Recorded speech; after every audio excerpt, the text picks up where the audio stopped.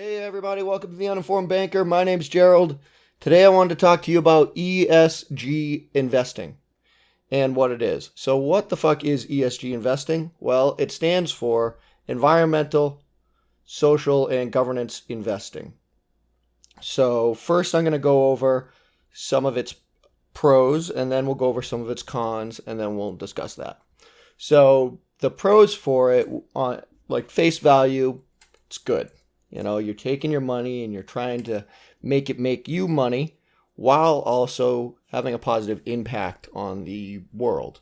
So it's meant for, clean energy, doing stuff that's good for the environment, doing stuff that's good for society, improving loans for underserved communities or transportation or just basically impacting society in a positive way.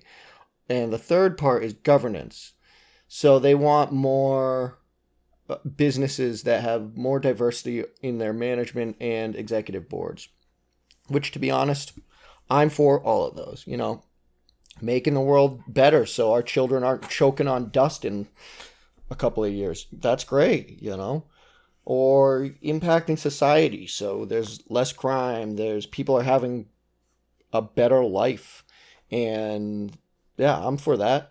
And the governance part, I'm for that, because when you have a bunch of people who all went to the same class, they all went to Princeton or this or that, and they're running a company and they're like, yeah, we have a very diverse view. I'm like, you guys all went to the same class, you all failed the same classes, and you all passed the same classes. So no, you're basically one person.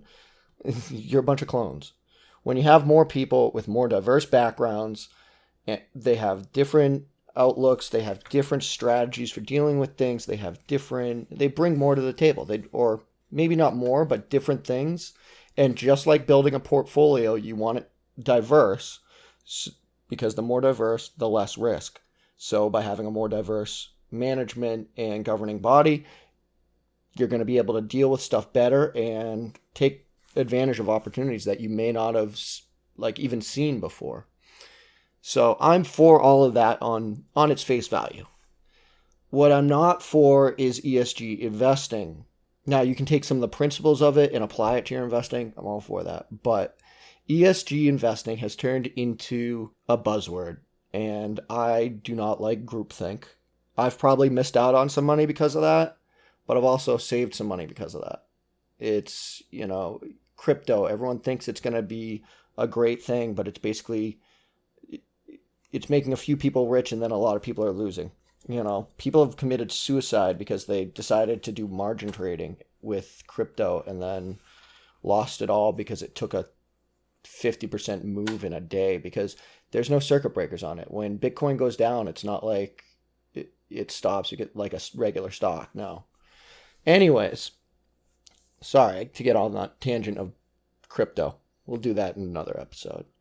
But ESG investing right now has been used by fund managers to cover up shoddy performance. What they're saying is because they're being limited by their options and this and that they can't deliver the same returns, even though when they were selling these things to their clients, they were going, look, it's an exploding market, this and that, there's some risk, but with my skills, you won't take a hit. We'll be able to cash in on this market and make huge returns, blah, blah, blah. They took advantage of a lot of people that were trying to do good in the world, and now they're covering up their bad management decisions with, it's a new market and it's really hard because you're putting these constraints on us and blah, blah, blah. And the other thing that is being done is they're charging fees. In a recent FCA report, which is Financial Conduct Authority, they interviewed 18 firms, and besides the just flat out bad fee structures and not having good criteria for their own funds, it was really bad when it came to ESG investing because they were having fees that they would be like ESG fee. And they'd go, okay, what is that? And they would go, I don't know. Because they're charging you fees for their due diligence, which you would do with a regular portfolio. The only thing different about this portfolio is they go, all right, I did my due diligence of everything, and now I just add another set of criteria. It's not that big of a thing. You basically do one final go through of all the companies that you selected, and you just get rid of companies. And then you go, all right, these are the ones. It's not like they did anything special. They just added more fees because they wanted more money, which I understand. But I don't think it's right. And the fact that they couldn't even back it up, they knew they were going to these interviews and they didn't even prepare anything. They're like, fuck it, we'll be fine. That's annoying. That's just ignorant. And you're not even trying to cover up your bullshit, which is infuriating on multiple levels. So it's either they're covering up bad performance, or they're just charging you extra fees, or they're doing both. So they're performing badly and they're charging you extra money. So you're not making as much as everyone else, and you're being charged more than everyone else while trying to do good for the world. Like, stop it. So that kind of brings me to my next point, was the high fees part, and bad management. One of the parts of the bad managers that were like, well, we're charging this fee because of this, and this. One of their excuses was that there was no criteria for ESG investing, which is actually true. That I wholeheartedly agree with, because here's an example. Like, ESG wants you to stay away. Like, one of the things with ESG is they want you to stay away from companies that are bad, like big tobacco or guns or liquor stores or oil or things that aren't environmentally friendly. But because you're saying that, that's such a wide field. Like, say you had a liquor company. Let's call it Mudweiser. Not Bud. I'm talking Mud. And Mudweiser is doing great in the community. They set up a plant in a rural area. They have a diverse board and management structure, and they're providing a ton of jobs. They're reinvesting into the community, so the community now has more money for their schools. It brought a big good impact to some small rural town. But because Mudweiser is making a liquor, the ESG investing will stay away from it because it's a liquor company. But yet it meets all the other criteria. Maybe Mudweiser is using all environmentally friendly manufacturing techniques. They got solar. They have a wind farm powering their distilling place. Whatever. They're all green, but because they make liquor, they don't qualify as ESG. Now, is that right? I don't think it is. But that's one of the issues. There's no criteria.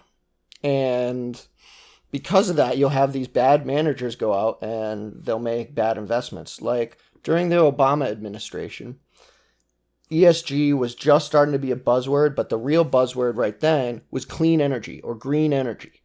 And that led to the Obama administration basically investing billions of your tax dollars in green energy. And you know what happened there?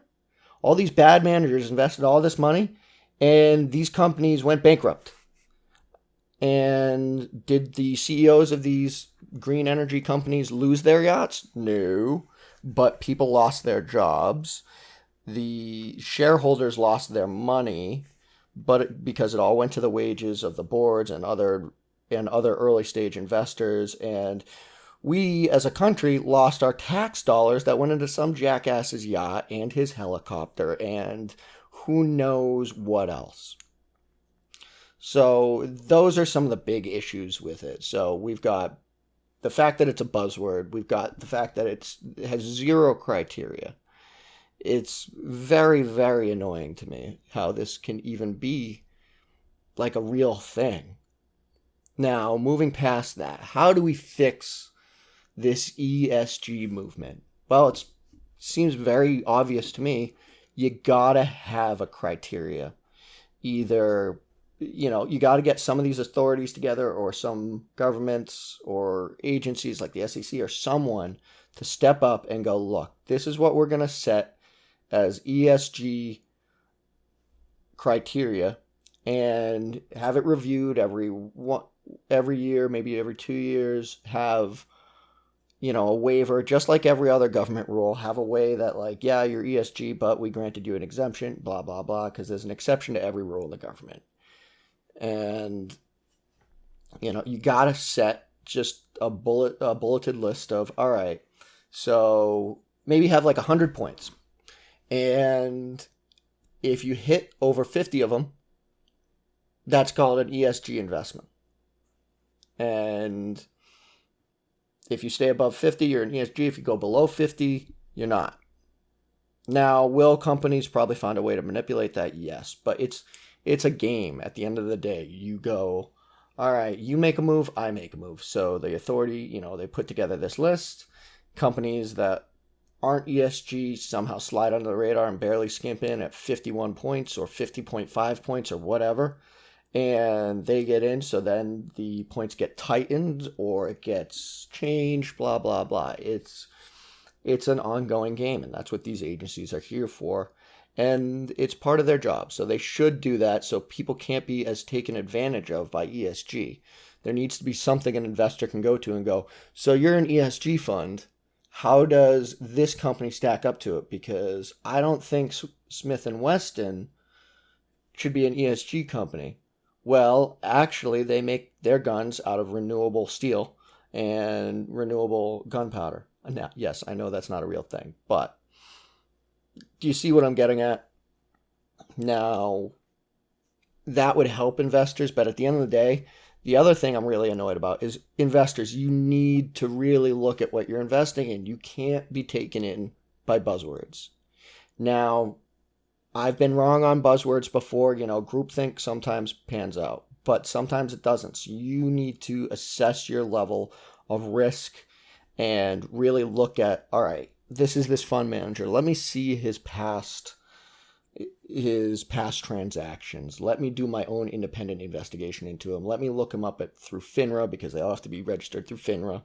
You need to do your own investigation. You also need to look at what he's offering. What are the companies he's investing in? Do your own due diligence on each one.